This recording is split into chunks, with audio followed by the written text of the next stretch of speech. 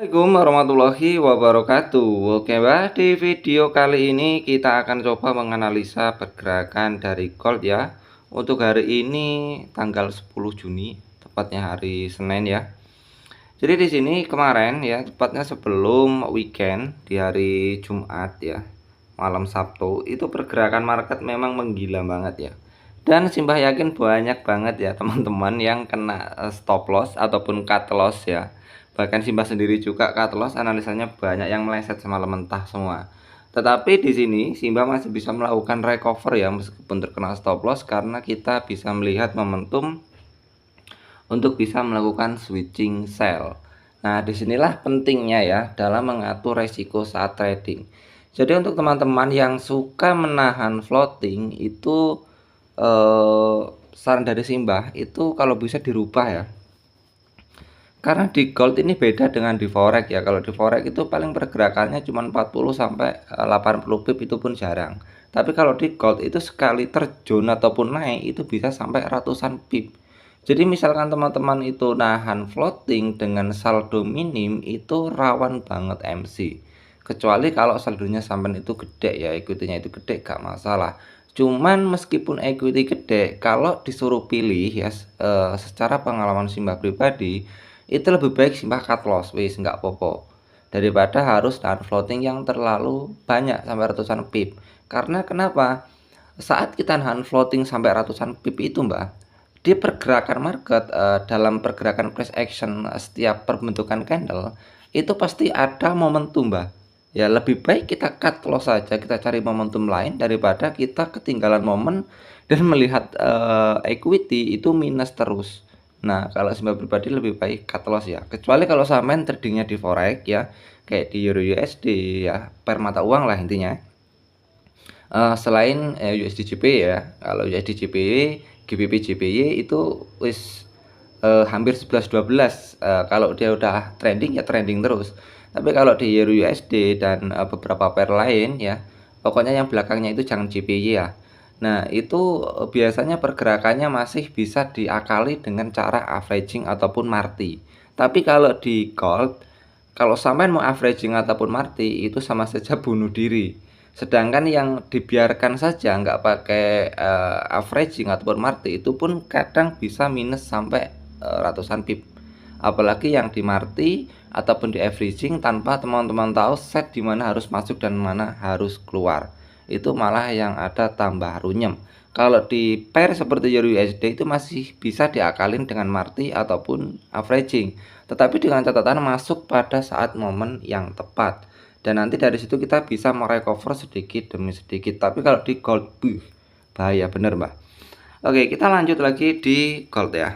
Secara untuk analisa pergerakan market saat ini, dia sedang dalam keadaan trending bearish ya. Ini ya sudah pasti kelihatan ya kalau kayak gini.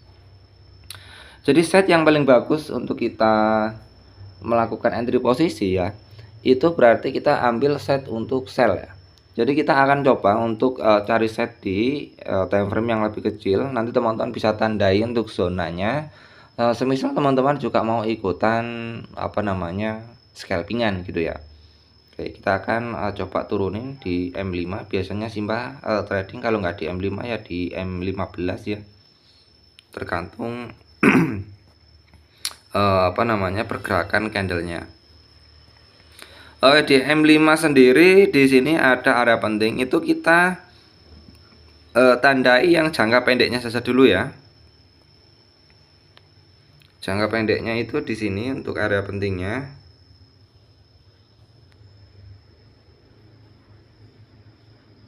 Oke. Lalu di sini ada demand zone, tapi ini agak sedikit riskan ya, ada sedikit beresiko.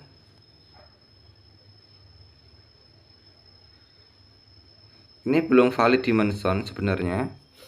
Tetapi jika seandainya area ini nggak sanggup kejebol, ada potensi untuk dia membuat double bottom Mbak ya. Kalau kita melihat di time frame yang lebih besar, ada potensi untuk dia membuat kenaikan, turun, membuat double bottom, lalu naik mengejar pada area supply zone yang di sebelah sini. Nah, kalau untuk yang lebih amannya, untuk kita floated trend ya, kita bisa ambil sell posisi pada area sini Pak ya, sebagai supply zone yang cukup yang valid ya, Untuk saat ini untuk supply zone-nya sudah valid, tapi untuk demand zone-nya ini masih belum valid.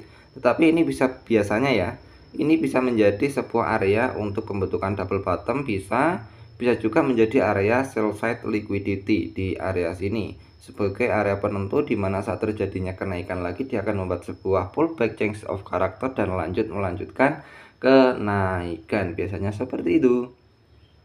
Kalau kita melihat secara sejarah pergerakan market ya, biasanya seperti itu untuk pergerakan gold. Nah, dari di sini hal yang paling penting ini sering banget Simba tekankan ya. Meskipun kita sudah bisa menandai di mana area-area penting, hal yang paling wajib untuk para trader kuasai itu adalah cara mengatur resiko. Ini sering banget Simbah tekankan ya. Disiplin resiko, dan disiplin resiko. Karena kita nggak bakal tahu market itu akan bergerak seperti apa. Ya kalau market pergerakan masih cukup stabil. Kalau liar seperti di hari Jumat kemarin ya, Jumat malam 1, saya yakin banyak area-area penting itu yang kejebol. Semisal nggak dipasang SL ya wis sampean pasti ajur mumur. Nah, saat kita bisa disiplin resiko, kita selalu pasang SL atau kita akan cut loss jika seandainya pantau market, maka kita bisa melindungi modal sekaligus kita bisa mencari setup yang lainnya lagi, Mbak. Oke, jadi untuk skenario pergerakan market untuk saat ini, Mbak, ada potensi ya untuk dia turun terlebih dahulu mengambil order sebelum dia melanjutkan kenaikan pada area supply zone-nya yang di sebelah sini. Tetapi yang paling aman ya tunggu pada area sini sih ya. Karena kita mengikuti tren market ya. Kalau tren bearish ya kita kan ambilnya sell.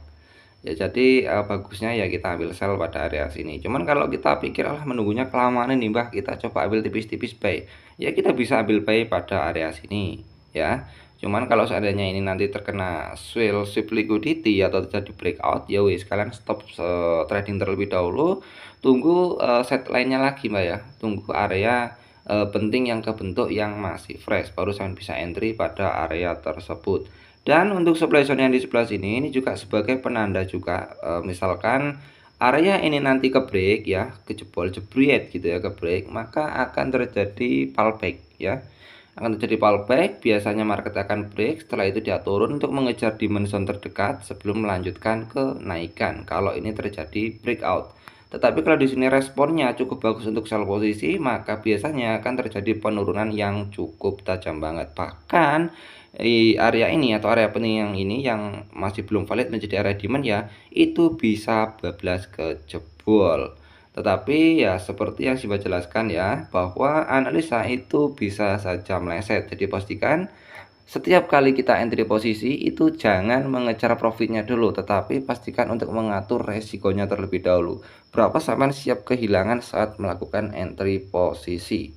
Oke, semoga video ini bisa bermanfaat. Salam dari saya, Simba Info.